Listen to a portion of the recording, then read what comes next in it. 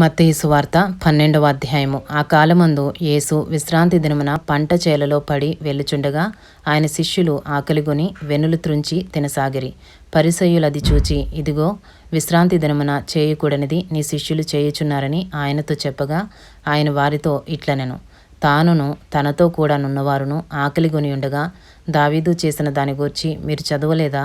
అతడు దేవుని మందిరంలో ప్రవేశించి యాజకులే తప్ప తానైనను తనతో కూడా ఉన్నవారైనను తినకూడని సముఖపు రొట్టెలు తినెను. మరియు యాజకులు విశ్రాంతి దినమున దేవాలయములో విశ్రాంతి దినమును ఉల్లంఘించియు నిర్దోషులై ఉన్నారని మీరు ధర్మశాస్త్రమందు చదవలేదా? దేవాలయము కంటే గొప్పవాడిక్కడ ఉన్నాడని మీతో చెప్పుచున్నాను. మరియు కనికరమునే కోరుచున్నాను గాని బలిని నేను కోరను అను వాక్యభావము మీకు తెలిసి ఉంటే నిర్దోషులను దోషులని తీర్పు తీర్చకపోదురు. కాగా మనుష్య కుమారుడు విశ్రాంతి దినమునకు ప్రభువై ఉన్నాడనెను. ఆయన అక్కడి నుండి వెళ్ళి వారి సమాజ మందిరంలో ప్రవేశించినప్పుడు, ఇదిగో, ఊచ చెయ్యగలవాడొకడు కనబడెను. వారు ఆయన మీద నేరం మోపవలనని, విశ్రాంతి దినమున స్వస్థపరచుట న్యాయమా అని ఆయనను అడిగిరి. అందుకు ఆయన, మీలో ఏ మనుషునికైనను ఒక గొర్రె ఉండి అది విశ్రాంతి దినమున గుంటలో పడిన ఎడల దాన్ని పట్టుకుని పైకి తీయడా? గొర్రె కంటే మనుష్యుడెంతో శ్రేష్ఠుడు. కాబట్టి విశ్రాంతి దినమున మేలు చేయుట ధర్మమే అని చెప్పి మనుష్యునితో, నీ చెయ్యి చాపుమనెను. వాడు చెయ్యి చాపగా రెండవ దానివలే అది బాగుపడెను. అంతటా పరిసయ్యులు వెలుపలికి పోయి ఆయనను ఎలాగూ సంహరింతుమా అని ఆయనకు విరోధముగా ఆలోచన చేసిరి. యేసు ఆ సంగతి తెలుసుకుని అచ్చటి నుండి వెళ్ళిపోయాను. బహుజనులు ఆయనను వెంబడింపగా ఆయన వారినందరినీ స్వస్థపరిచి తన్ను ప్రసిద్ధి చేయవద్దని వారికి ఆజ్ఞాపించెను. ప్రవక్త అయిన యెషయా ద్వారా చెప్పినది నెరవేరునట్లు అలాగూ జరిగాను. అదేమనగా, ఇదిగో, ఈయన నా సేవకుడు, ఈయనను నేను ఏర్పరచుకుంటుని. ఈయన నా ప్రాణమునకిష్టుడైన నా ప్రియుడు, ఈయన మీద నా ఆత్మనుంచెదను. ఈయన అన్యజనులకు న్యాయవిధిని ప్రచురము చేయను. ఈయన జగడమాడుడు, కేకలు వేయుడు, వీధులలో ఈయన శబ్దం ఎవనికిని వినబడదు. విజయముందుటకు న్యాయవిధిని ప్రబలము చేయు వరకు ఈయన నలిగిన రెల్లును విరువడు, మకమకలాడుచున్న అవిసనారును ఆర్పడు. ఈయన నామమందు అన్యజనులు నిరీక్షించెదరు అనున్నదే.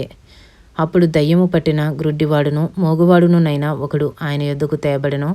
ఆయన వారిని స్వస్థపరిచినందున ఆ మోగవాడు మాట్లాడు శక్తియు చూపును గలవాడాయను. అందుకు ప్రజలందరూ విస్మయముంది, ఈయన దావీదు కుమారుడు కాడా అని చెప్పుకొనుచుండిరి. పరిసయ్యులు ఆ మాట విని, వీడు దయ్యములకు అధిపతి అయిన బెయల్జెబూలు వలననే దయ్యములను వెళ్ళగొట్టుచున్నాడు గాని మరి ఒకని వలన కాదనిరి. ఆయన వారి తలంపులనెరిగి వారితో ఇట్లనెను, తనకు తానే విరోధముగా వేరుపడిన ప్రతి రాజ్యము పాడైపోవును. తనకు తానే విరోధముగా వేరుపడిన ఏ పట్టణమైనను ఏ ఇల్లైనను నిలువదు. సాతానును వెళ్ళగొట్టిన ఎడల తనకు తానే విరోధముగా వేరుపడును. అట్లయితే వాని రాజ్యం ఎలాగు నిలుచును? నేను బయల్జెబూలు వలన దయ్యములను వెళ్ళగొట్టుచున్న ఎడల మీ కుమారులు ఎవరి వలన వాటిని వెళ్ళగొట్టుచున్నారు? కాబట్టి వారే మీకు తీర్పరులయ్యుందురు. దేవుని ఆత్మ వలన నేను దయ్యములను వెళ్ళగొట్టుచున్న ఎడల నిశ్చయముగా దేవుని రాజ్యము మీ యొద్దకు వచ్చియున్నది. ఒకడు మొదట బలవంతుని బంధింపని ఎడల ఎలాగూ ఆ బలవంతుని ఇంటిలో చొచ్చి అతని సామాగ్రి దోచుకొనగలడు? అట్లు బంధించిన ఎడల వాని ఇల్లు దోచుకొనను. నా పక్షమున నుండనివాడు నాకు విరోధి, నాతో కలిసి సమకూర్చనివాడు చెదరగొట్టువాడు. కాబట్టి నేను మీతో చెప్పినదేమనగా, మనుషులు చేయు ప్రతి పాపమును దూషణయు వారికి క్షమింపబడును గాని ఆత్మ విషయమైన దూషణకు పాపక్షమాపణ లేదు. మనుష్య కుమారునికి విరోధముగా మాట్లాడువానికి పాపక్షమాపణ కలదు గాని పరిశుద్ధాత్మకు విరోధముగా మాట్లాడువానికి ఏ యుగమందైనను రాబోవు యుగమందైనను పాపక్షమాపణ లేదు.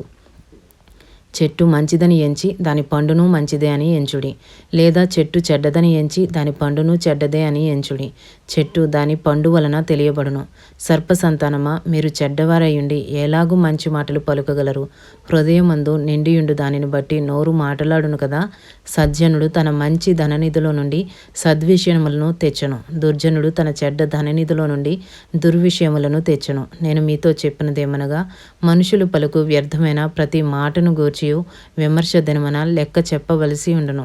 నీ మాటలను బట్టి నీతిమంతుడువని తీర్పు నొందుదువు, నీ మాటలను బట్టియే అపరాధివని తీర్పు నొందుదువు. అప్పుడు శాస్త్రులలోనూ పరిసయ్యులలోనూ కొందరు, బోధకుడా, నీ వలన ఒక సూచక్రియ చూడగోరుచున్నామని ఆయనతో చెప్పగా ఆయన ఇట్లనెను, వ్యభిచారులైన చెడ్డతరము వారు సూచక్రియను అడుగుచున్నారు. ప్రవక్త అయిన యోనాను గూర్చిన సూచక క్రియయే గాని మరి ఏ సూచక క్రియ అయినను వారికి అనుగ్రహింపబడదు. యోన 3 రాత్రింబగళ్ళు తిమింగిలము కడుపులో ఎలాగుండెనో అలాగు మనుష్య కుమారుడు 3 రాత్రింబగళ్ళు భూగర్భములో ఉండును. నినివే వారు యోనా ప్రకటన విని మారు మనసు పొందితిరి గనుక విమర్శ సమయమున నినివే వారు ఈ తరము వారితో నిలువబడి వారి మీద నేరస్థాపన చేదురు. ఇదిగో యోనా కంటే గొప్పవాడు ఇక్కడ ఉన్నాడు. విమర్శ సమయమున దక్షిణ దేశపు రాణి ఈ తరము వారితో నిలవబడి వారి మీద నేరస్థాపన చేయను. ఆమె సొలొమోను జ్ఞానము వినుటకు భూమ్యాంతముల నుండి వచ్చెను. ఇదిగో సొలొమోను కంటే గొప్పవాడు ఇక్కడ ఉన్నాడు. అపవిత్రాత్మ ఒక మనిషిని వదిలిపోయిన తరువాత అది విశ్రాంతి వెదుకుచు నీరు లేని చోట్ల తిరుగుచుండెను. విశ్రాంతి దొరకనందున నేను వదిలి వచ్చిన నా ఇంటికి తిరిగి వెళ్ళుదుననుకుని వచ్చి ఆ ఇంట ఎవరునూ లేక అది ఊడ్చి అమర్చియుండుట చూచి వెళ్ళి తనకంటే చెడ్డవైన మరి 7 దెయ్యములను వెంటబెట్టుకుని వచ్చును. అవి దానిలో ప్రవేశించి అక్కడనే కాపురముండును. అందుచేత ఆ మనుషుని కడపటి స్థితి మొదటి స్థితి కంటే చెడ్డదగును. అలాగే ఈ దుష్టతరము వారికిని సంభవించుననెను.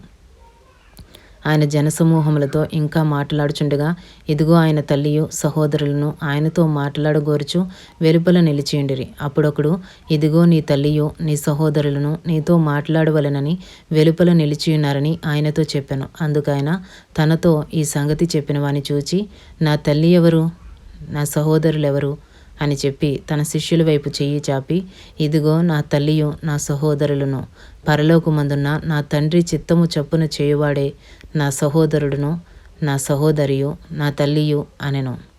ఇంతటితో మత్తయి సువార్త 12వ అధ్యాయము పూర్తి చేయబడినది.